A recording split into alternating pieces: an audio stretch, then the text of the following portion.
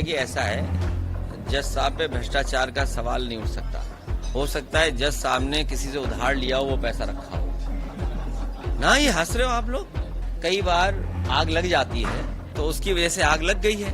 भाई ये उत्तराखंड में पैसा पकड़ा गया, हम लोगों को आप लोग पता ही नहीं है। हम तो चाहते हैं अगर किसी का पैसा ना हो, हम आप लोग ही बांट लें उसको। चुनाव आ रहा है, महाकुंभ जैसे पावन पवित्र आयोजन में जिन हिंदू भाई बहनों की, माताओं की, बहनों की जान गई है या खो गए हैं, न उनको सरकार मुआवजा देना चाहती है, न उनको ढूंढना चाहती है, तो ये सनातन लोग हैं क्या?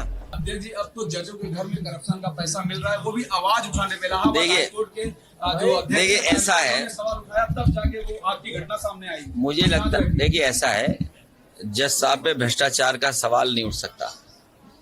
हो सकता है जज साहब ने किसी से उधार लिया हो, वो पैसा रखा हो ना। ये हंस रहे हो आप लोग। अरे आप क्या बात कर रहे हो भाई? भाई कल को उन्होंने उधार लिया हो, वो रखा हो उन्होंने, लेकिन आप वीडियो ध्यान से देखिए, उसमें एक भगवा रंग का कपड़ा दिखाई दे रहा है उसमें। तो वो पैसा उन्होंने उधार लिया होगा तो रखा होगा। कई बार आग लग जाती है तो उसकी वजह से आग लग गई है।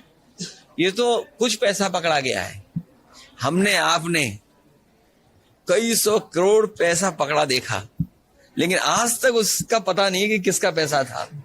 भाई ये उत्तराखंड में पैसा पकड़ा गया, हम लोगों को आप लोग पता ही नहीं है। हम तो चाहते हैं अगर किसी का पैसा ना हो, हम आप लोग ही बांट लें उसको। चुनाव आ रहा है, और याद कीजिए जब समाजवादी पार्टी का बताया था कितना 250 करोड़, याद है आपको? मैं आज भी मांग कर रहा हूं कि हमें पैसा हमारा वापस कर दिया जाए। भाई 250 करोड़ निकले थे, याद है आपको? और ये कहा गया था कि समाजवादी पार्टी के ये कारोबारी हैं, उनका पैसा है। अगर वो पैसा हमारा है तो मैं बीजेपी के लोगों से कहना चाहता हूं वो पैसा हमारा वापस कर दो।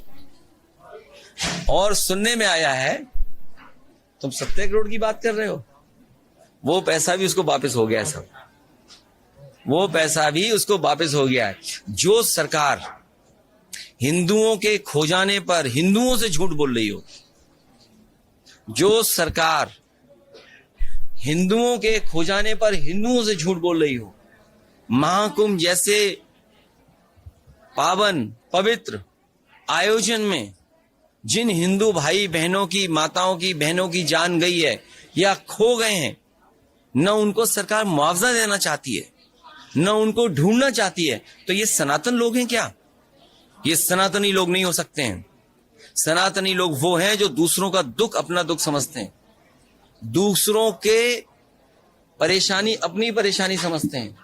सत्य का रास्ता ही सनातन का है, धर्म का रास्ता सनातन का है। बताओ, मरने पे झूठ बोल रहे हैं, खो जाने पे झूठ बोल रहे हैं, ये सरकार कैसी है? आप सोचिए। आप जो हिंदू भाई खो गए उनको भी नहीं सरकार ढूंढ रही है, ये सनातनी नहीं हो सकते। सूची आप जानना चाहते हैं?